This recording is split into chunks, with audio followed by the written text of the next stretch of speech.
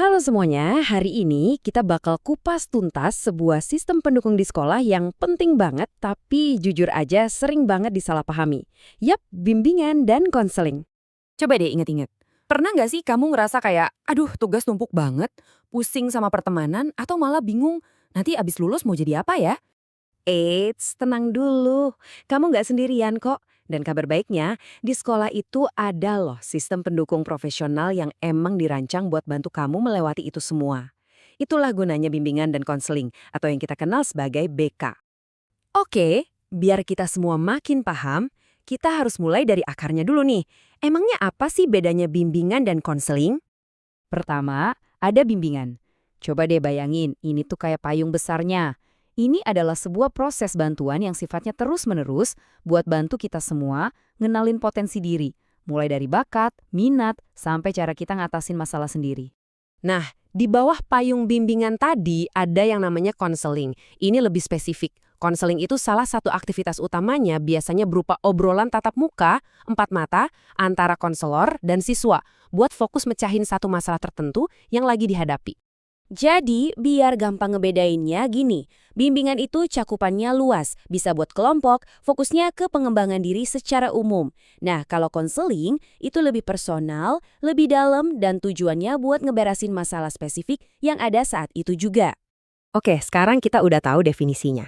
Terus gimana cara kerjanya di sekolah? Nah, layanan BK ini sebenarnya dibangun di atas 4 pilar utama yang menyentuh hampir semua sisi kehidupan kita sebagai siswa.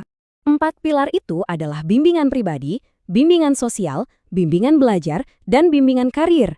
Yuk kita bedah satu persatu, fungsinya apa aja sih? Pilar pertama, bimbingan pribadi. Sesuai namanya, ini semua tentang diri kamu sendiri. Tujuannya buat bantu kamu lebih kenal sama kekuatanmu, kelemahanmu, minatmu, supaya kamu bisa jadi versi terbaik dari dirimu. Lanjut, pilar kedua, bimbingan sosial. Ini soal interaksi kita sama orang lain. Gimana caranya kita bisa bangun hubungan yang baik sama teman, guru, bahkan keluarga di rumah. Ini penting banget buat kita sebagai makhluk sosial kan? Pilar ketiga, bimbingan belajar. Nah ini praktis banget, fokusnya adalah ngebantu kamu nemuin cara belajar yang paling pas, gimana caranya biar nggak keteteran sama pelajaran, dan akhirnya bisa mencapai hasil akademis yang maksimal. Dan yang terakhir tapi nggak kalah penting, bimbingan karir. Ini ngajak kita buat lihat ke masa depan. Konselor bakal bantu kamu mikirin, kira-kira dengan bakat dan minat yang aku punya, karir apa ya yang cocok? Jadi kamu bisa merencanakan langkah selanjutnya dengan lebih jelas. Oke, ada 4 pilar tadi. Terus, ujung-ujungnya buat apa sih semua dukungan itu? Nah, semuanya itu bermuara pada satu tujuan besar, yaitu membantu setiap siswa buat mencapai yang namanya kesuksesan belajar. Tapi tunggu dulu, kesuksesan belajar itu bukan cuma soal nilai rapor yang isinya angka 9 semua ya. Ini jauh lebih luas. Ini tentang adanya perubahan positif dalam diri kita. Entah itu nambah ilmu, nambah skill, atau sikap kita jadi lebih baik, semuanya sebagai hasil dari proses belajar. Nah, pertanyaannya sekarang, gimana caranya biar bisa sukses belajar? Apa aja sih faktor-faktor yang mempengaruhinya? Ternyata ada dua kekuatan besar di sini. Ada faktor internal, yaitu yang datang dari dalam diri kita sendiri, kayak motivasi dan bakat. Terus ada juga faktor eksternal, kayak dukungan keluarga dan lingkungan sekolah. Nah, disinilah peran BK jadi krusial banget. Bantu kita memaksimalkan faktor internal, sambil pintar-pintar menavigasi faktor eksternal. Sampai di sini, kita udah tahu apa itu BK dan tujuannya. Tapi ada satu elemen lagi yang super penting, yang jadi fondasi dari semuanya. Apa itu? Kode etik profesional.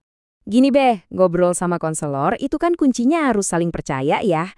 Nah, untuk menjaga kepercayaan itu, setiap konselor profesional di Indonesia itu terikat oleh aturan main dan nilai-nilai moral yang ketat banget.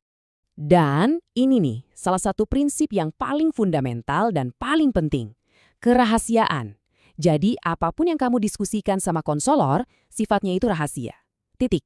Itu adalah kewajiban profesional mereka untuk menjaganya, supaya kamu punya ruang yang benar-benar aman buat bicara. Kode etik dari Asosiasi Bimbingan dan Konseling Indonesia atau ABKIN itu menjamin banyak hal, mulai dari kerahasiaan yang tadi kita bahas, kompetensi konselornya yang pasti profesional, sampai tanggung jawab untuk selalu mentingin kepentingan siswa. Ini tuh kayak jaminan mutu dan keamanan layanannya.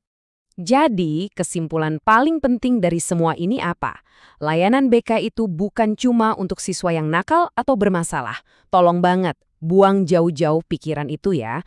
Justru sebaliknya, BK adalah fasilitas profesional untuk semua siswa yang mau berkembang, mau merencanakan masa depan, dan mau mencapai potensi terbaiknya. Ini ninggalin kita dengan satu pertanyaan buat direnungkan bersama. Coba bayangkan, potensi apa yang bisa kamu buka, atau tantangan apa yang bisa kamu taklukkan kalau kamu punya sistem pendukung yang tepat di belakangmu. Sekian dulu bahasan kita kali ini, terima kasih sudah menyimak.